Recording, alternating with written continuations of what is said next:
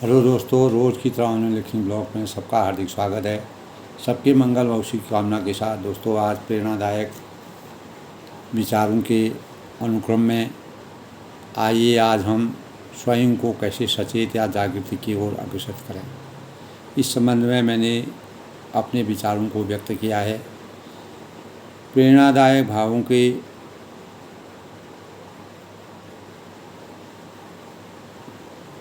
अनुसार मैंने अपने विचारों से हमारे जीवन में जागृति और चेतना के संचार से हम अपने जीवन को कैसे परिमार्जित कर सकते हैं, कैसे उन्नति के शिखर पर अग्रसर कर सकते हैं, कैसे अपने लक्ष्यों की प्राप्ति कर सकते हैं, कैसे चारों तरफ के परिदृश्य के अनुसार अपने जीवन को उसी अनुरूप बनाने की प्रेरणा प्राप्त कर सकते हैं और मानव जीवन के सही मार्गों का अनुपालन करने में हम हमारे जीवन में जागृति और सचेतन अवस्था से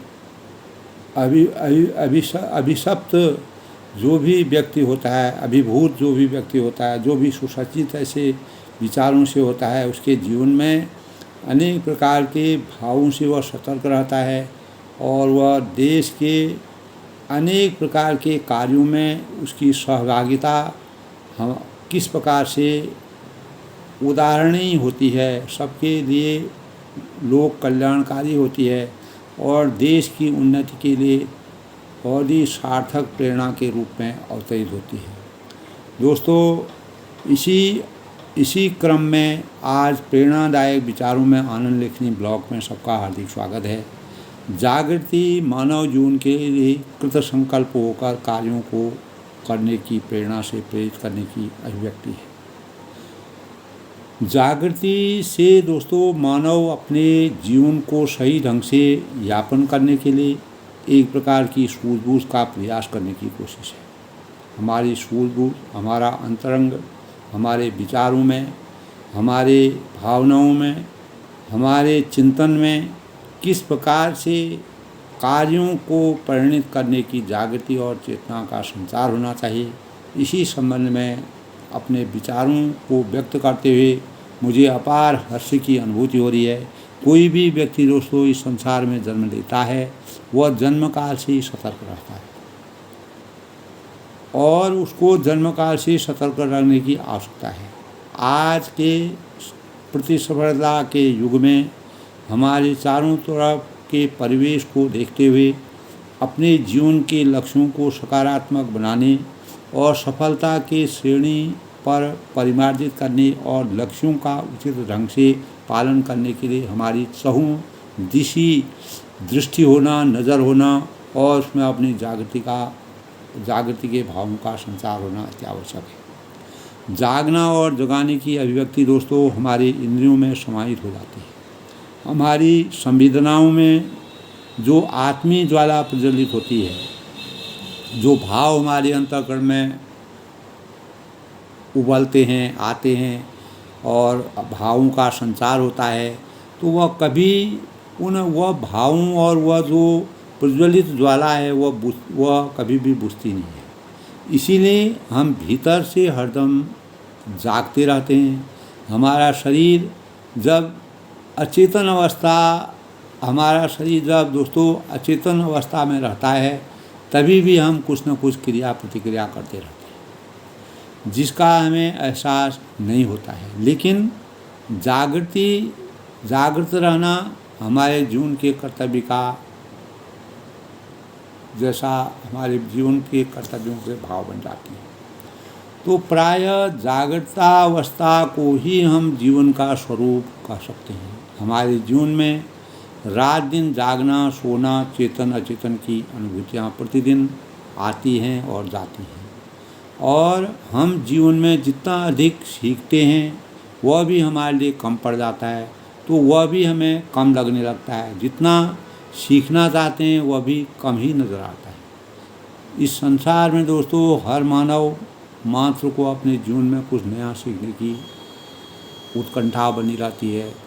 अनेक प्रकार की नई चीज़ों को सीखने के लिए उसकी संवेदना जागृत करती हैं, क्योंकि प्रकृति, सूर्य, चंद्र, आकाश, पाताल ने हमारे लिए विभिन्न प्रकार के विधि विधानों का चक्रव्यूह बनाया और उसी चक्रव्यूह के सौजन्य से हर मनुष्य मात्र को अपने निजी जीवन में उतारने की आवश्यकता होती है। जिस प्रकार दोस्तों मनुष्य सोए हुए भी शरीर और कार्य करता रहता है, उसी प्रकार प्रकृति भी हमेशा अपने कर्तव्य पथ पर निरंतर चलती रहती है और वह कभी सोती नहीं है। उसी प्रकार सूर्य कभी ठहरते नहीं हैं। इस प्रकार मानव जीवन के साथ ही प्रकृति का भी अनवरत चलते रहना सामंजस्यपूर्ण व्यवहार की प्रकृति की कारक होती है। दोस्तों, जो मानव और प्रकृति के बीच कर्तव्य निष्ठा का परिवेश बना रहता है, हमें अपने जीवन को हमेशा चैतन्य, सजगता और जागृति के पथ पर अग्रसर रहना की अपेक्षा होती है। यही हमारे कर्तव्यों को उन्मुख करने के लिए, जीवन की सार्थकता को आगे ले जाने के लिए कभी भी अपने कर्तव्य पथ से विरत हमको नहीं होना चाहिए।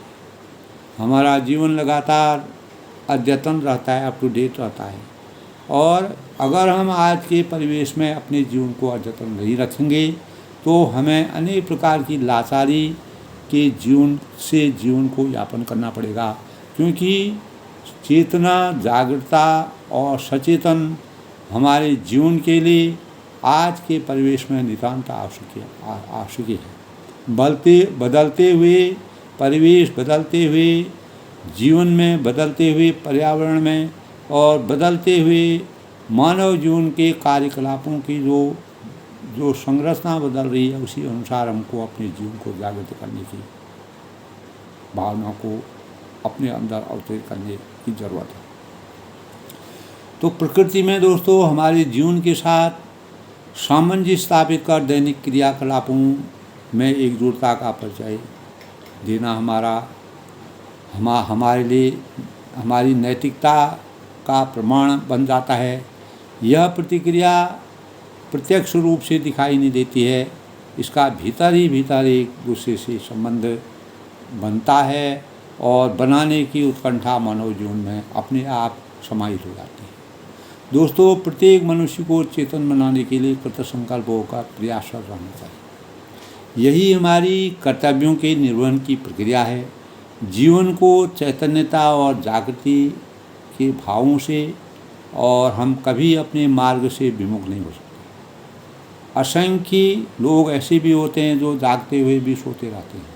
इसी प्रकार वे अपने निर्धारित लक्ष्यों से वंचित रह जाते हैं। हम अपने कर्तव्यों का सही मायने में बोध नहीं कर सकते। मात्र अन्य जीवों की तरह खाना पीना, सांस लेना, सोना और जागना ही हमारा जीवन के लक्ष्य नहीं होने चाहिए, परंतु इससे मानव की सामर्थ्यता की पहचान नहीं होती है। दोस्तों, जीवन में चैतन्यता और जागृति का अभाव हमें समाज से पृथक जैसा रहने की अनुभूति है। मानव परमात्मा का ही अंश माना जाता है। प्रत्येक मानव के अंतःकरण में परमात्मा का वास होता है और हमारी आत्मा और परमात्मा का जब मिलन हो जाता है तो हम आध्यात्म के भावों से जुड़ जाते हैं और ब्रह्म में लीन हो जाते हैं। तो हमें इस अंश को हमेशा शक्ति का संचार करके अपनी क्षमताओं का हनन कभी नहीं होने देना चाहिए और अपने शक्ति के भावों को और जागृत करके पुनः नई चेतना को उजागर करने के भाव को अपने अंतःकरण में विराजमान करना चाहिए। जागने से ही दोस्तों प्रत्येक नवयुवकों को, जो हमारे होनहार नवयुवक हैं, युवा शक्ति है, अगर वह उनके जीवन में आज के समय में जो प्रतिस्पर्धा और अनेक प्रकार की रचनात्मक नए नवोन्मेष ज्ञान की तरह हम बढ़ रहे हैं। नई विद्याओं का संचार कर, नई तकनीकों को हम अपना रहे हैं, नए भावों को हम कर रहे हैं। नए भावों को जागृत करने के लिए हमें चारों तरफ से अपने दृष्टिकोण को अपनाने की आवश्यकता है। जागने से ही हम परमात्मा का स्मरण और ध्यान करते हुए ईश्वरत्व की ही अनुभूति को जगाने की आवश्यकता हमारे अंतःकरण में होनी चाहिए। माया है, मोह है में बुरी तरह फंसकर अपने को पत्थर के समान नहीं बनाना चाहिए, बल्कि अपने बलबूते हमेशा समर्थवान और कार्यों की गुणवत्ता पहचान कर जीवन में नया परिवर्तन करने की अभिलाषाओं को साकार करने की कोशिश करनी चाहिए। तभी हम चैतन्यता के जीवन में कभी पीछे नहीं हट सकते हैं। सदैव जागने की शक्ति का संचार हमारे अंतःकरण में होना चाहिए। अतः दोस्तों, हमारे जीवन में अचेतन अवस्था में पड़े हुए प्राणी की पहचान नहीं होती है। यहाँ सोना जीवन को खोने जैसा माना गया है, क्योंकि हमें अपने चारों ओर के परिदृश्य को देखते हुए हर क्षण सतर्क और चैतन्य रहने की ज़रूरत है, आवश्यकता है। तभी हमारे भीतर में चैतन्य का स्वरूप पैदा होगा। यही हमारी जागृति और चैतन्यता के उपमान बनकर हमें अज्ञान रूपी अंधकार से ज्ञान रूपी प्रकाश के दिनों की खूबसूरत छवि के द्योतक के रूप में हमको प्रकाशवान बनाने के भाव संचित कर सकते हैं। प्रत्येक व्यक्ति को स्वयं की जागृति के साथ सोए हुए लोगों को जगाना सही मानवता की राह और यही सभी का निजी धर्म होना चाहिए। दोस्तों, जो लोग ज्ञान की कमी है, विद्या की कमी है, शिक्षा की कमी है और परेशानी में हैं, अनेक प्रकार से अपने जीवन को जिनको दीन दुनिया के बारे में कुछ मालूम नहीं है, सांसारिकता से जो भिज्ञ नहीं है, जो अनेक प्रकार से अज्ञानता के मार्ग में जुड़े हुए हैं, उनको ज्ञान के मार्ग को संचार करना प्रत्येक मानव धर्म है और यही हमारी जागृति और चेतना का सबसे बड़ा स्वरूप है। दोस्तों, जिस प्रकार देशभक्ति के लिए समर्पित पथिक दुर्गम से दुर्गम इलाकों से गुजरते हुए राष्ट्र ध्वजा को फहराते हुए जो देश के सैनिक होते हैं, अपनी जान हथेली पर रख कर के जिस प्रकार चार चौकन्ना होकर के चारों तरफ के परिवेश को देखते हुए अपने जीवन की परवाह न करके देश के मान को बढ़ाते हुए, देश को सम्मान को बढ़ाते हुए, अपने जीवन को समर्पित करते हुए पूर्ण निष्ठा के साथ देशभक्ति के कार्यों को जागने की प्रवृत्ति से हमेशा अभिभूषित रहता है। हर अवस्था में वह सब कुछ भूल करके देश के सम्मान और मान को बढ़ाने का प्रयास करता है। वही देश की ध्वजा को फहराते हुए निरंतर आगे बढ़ता रहता है। उन्हीं के भावों से हमें जागृति की प्रेरणा से हर एक नागरिक को उनके भावों को, उनके कार्यों को उनके अनुसार बनने के लिए सकारात्मक दिशा प्रदान करने और अपने साथ दूसरे को भी कर्म पथ पर जोड़ने की कोशिश की सच्ची देशभक्ति का मानव सेवा का सबसे बड़ा प्रमाण है। दोस्तों, हम अपने देश को, अपने देश के स्वरूप को कहाँ तक ऊंचाई तक पहुंचा सकते हैं और किस प्रकार के भावों का संचार करते हैं, यदि आप अपने देश के भावों को देखें तो हमारा देश सारे जहां से अच्छा हिंदुस्तान हमारा देश सब देशों से सबसे अच्छा हमको लगता है। यहाँ की हवा, यहाँ का पानी, यहाँ का जल, यहाँ का अन्न, यहाँ की मिट्टी, यहाँ की हर मिट्टी में जो खुशबू है वह खुशबू हमें कहीं नहीं मिलती। तो हम भी दोस्तों जान से इसका गुणगान हमें करना चाहिए और हर हालत में हमें तन मन और वाणी से इसकी रक्षा करनी चाहिए। कभी हमको अपने कार्यों में बाधित नहीं होना चाहिए, कभी किसी के आगे झुकना नहीं चाहिए और हमें निरंतर आगे बढ़ने की चाहत होनी चाहिए। भारत माँ की आन है, बान है, शान का नित्य लगातार हम ध्यान रखें, उसके मान को बढ़ाने का यही हमारी जागृति का सबसे बड़ा स्वरूप है। हर एक कण कण में हमारी पहचान बनी हुई है। चैतन्य और जागृति के समावेश का मान हमको निरंतर बढ़ाने की अपेक्षा अपने अंतःकरण में होनी चाहिए। वीर भूमि में दोस्तों शूरवीरों ने अपनी पहचान बनाई है। ये वीर भूमि में ये भारत माता का शौर्य है और भारत माता के शौर्य को बढ़ाने के लिए हमारे सैनिकों ने शूरता के प्रमाणों को हमेशा के लिए इतिहास के पन्नों में सजा करके जो अपना मान मर्यादा को रखा है, इसी धरती को अपने लहू से सींच कर एक पहचान बनाई है। और जितने भी वीरों ने रणभूमि में अपनी जान को गंवाया है, अपनी जान को न्यौछावर किया है और दुश्मन के छक्के छुड़ाकर अपना नाम अमर किया है, वह हमें चैतन्यता और जागृतता के भावों से हमेशा के लिए जीवन में, हमारे जीवन के लिए एक प्रकार के सबसे बड़े प्रेरणा के स्रोत के रूप में। दोस्तों, हमारे भावों में, हमारे अंतःकरण में संकल्प भाव होना चाहिए। माँ को कभी भी अपने देश के मान सम्मान को झुकने के लिए कभी भी सोच ऐसी पैदा नहीं करनी चाहिए। माँ के शौर्य को, माँ के मुकुट को ऊंचाई तक पहुँचाने के कार्यों को संपादित करना चाहिए। सभी के मन मंदिर में सोच की पहल, अच्छे सोचों की पहल होनी चाहिए। आत्मचेतन है, स्वचेतन है कि भावों को सबका मान बढ़ाने के भावों का संचार करना चाहिए।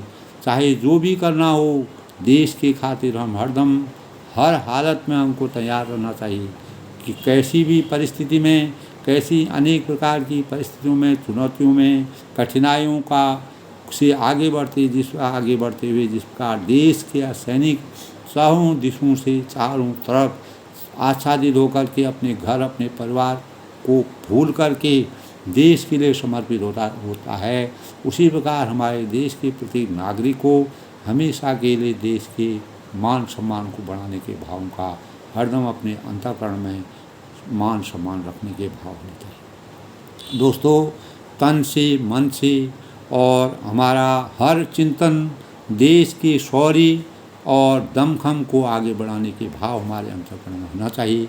स्वदेश के खातिर, अपने देश के खातिर, अपने राष्ट्र के खातिर, अपनी धरती के खातिर सब कुछ न्यौछावर कर हमें आत्मबल को बढ़ाना चाहिए, अपने मनोबल को बढ़ाना चाहिए, अपने देश के शौर्य को बढ़ाना चाहिए।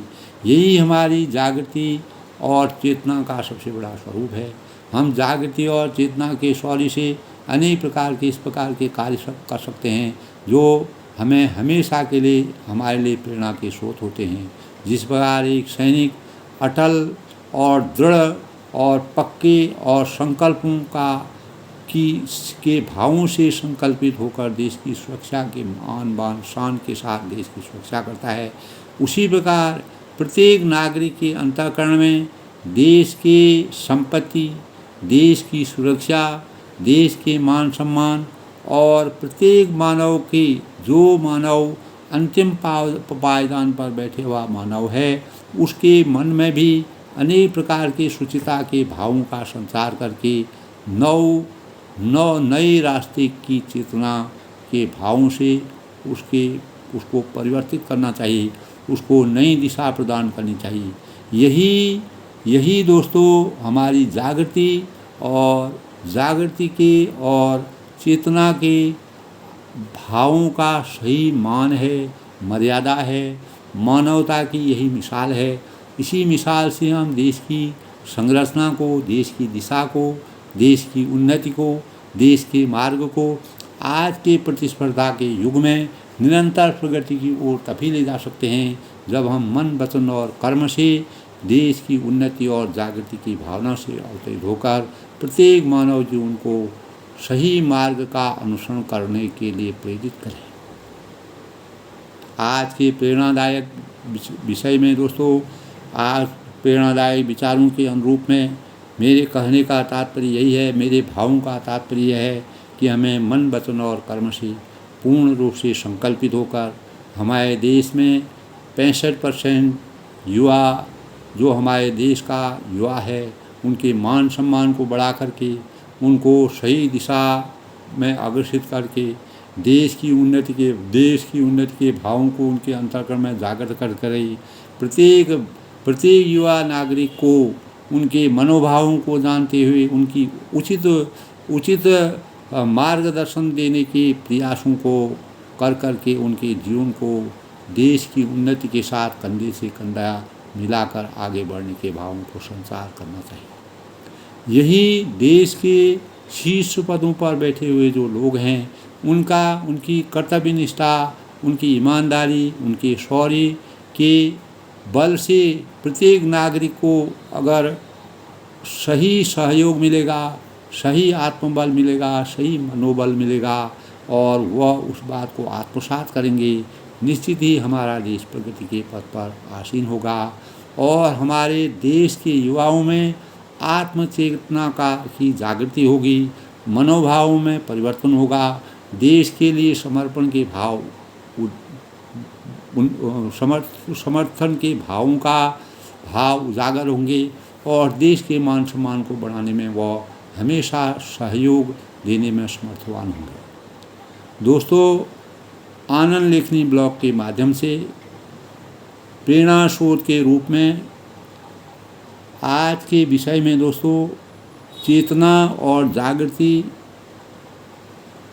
और सचेतन होना प्रतिस्पर्धा के दौड़ में अनेकों राष्ट्रों के सामने अपने प्रतिनिधित्व को, अपने स्वरूप को, अपने देश के भावों को प्रत्येक नागरिक के मनोभावों के साथ हमको जुड़ करके प्रत्येक नागरिक को उन्नति के पथ पर अग्रसर करना आवश्यक है। बिना देश के युवाओं के बल से हम देश की उन्नति करना संभव नहीं है। जिस देश का युवा वर्ग अगर मजबूत है, जिस देश में युवा वर्ग सबसे बड़ा है, वही देश विश्व का सबसे बड़ा देश बनने के लिए आगे बढ़ सकता है और यही विश्व के पटल पर हम 21वीं सदी में अपने देश को विश्व के सबसे ऊपर आसीन होने में समर्थवान हो सकते हैं। तो दोस्तों, हमें अपने कर्म पथ को, अपने भावों को, अपने मनोबल को शुचिता के भावों से सजोकर देश की उन्नति और आने वाला जो 21वीं सदी का युग चल रहा है, इस युग में हमें देश को उन्नति के पथ पर ले जाने के भावों का संचार करना चाहिए और यह तभी संभव है जब हमारे देश का प्रत्येक नागरिक के अंतःकरण में जागृति का प्रयास होगा, सद्भावों का प्रयास होगा और अनेक प्रकार के मनोबल से उनका मनोबल आगे बढ़ा करके इस प्रकार के भावों का सृजन करेंगे जिससे उनके मनोबल में लगातार वृद्धि हो और मन की शक्ति बढ़े। उनके लिए अनेक प्रकार के इस प्रकार के कार्यों का निष्पादन करें जिससे उनके अंतःकरण में देश की उन्नति के भाव जागृत हो। तो दोस्तों, आज के प्रेरणादायक विचारों में सार रूप में मेरा कहने का औचित्य यही है कि देश की उन्नति तभी संभव है जब हम आज के प्रतिस्पर्धा के युग में अपने देश की युवा शक्ति को मजबूत बनाएं। युवा शक्ति को हम जितना मजबूत बनाएंगे वह देश और निश्चित ही हमारा देश, अगर हमारा युवा शक्ति मजबूत होगा, युवा शक्ति में जागृति आएगी, उसकी चेतना उसको किसी प्रकार से अनेक प्रकार के शुचिता के भावों से उसके मनोबल को ऊंचा उठा कर के प्रयास करेंगे तो निश्चित ही हमारा युवा वर्ग जो है आगे बढ़ कर के देश के कंधे से कंधा मिला करके देश की उन्नति का मानक बन सकता है। और वह दिन दूर नहीं दोस्तों जब हम विश्व गुरु की मानवता को पूर्ण रूप से प्राप्त कर सकते हैं। यह शक्ति केवल भारत के अंदर निहित है। एक दिन जब भारत का युवा जागेगा और वह सतर्क होगा, उसमें चेतना आएगी, जागृति आएगी और उसके मनोबल में चेतना का संचार के भाव उत्पन्न होंगे, निश्चित ही हमारा देश उन्नति के पथ पर अग्रसर होगा और हम 21वीं शताब्दी में विश्व गुरु के पटल पर आसीन होने में सफल होंगे। सबके मंगल हो की कामना के साथ सब खुश रहें, प्रसन्न रहें। इसी प्रकार देश की उन्नति के भावों से यानी चेतना, सचेतनता और जागृति के भावों से हम देश को कैसे ऊपर उठा सकते हैं, ऐसे भावों को प्रत्येक नागरिक के अंतःकरण में इस प्रकार के देश के मान सम्मान, राष्ट्र की निधि, राष्ट्र की उन्नति की ओर लगातार प्रयासरत रहना चाहिए। यही आज के भावों का, यही आज की आवश्यकता का सबसे बड़ी उपलब्धि है। यही हमारे लिए सबसे बड़ा वरदान है।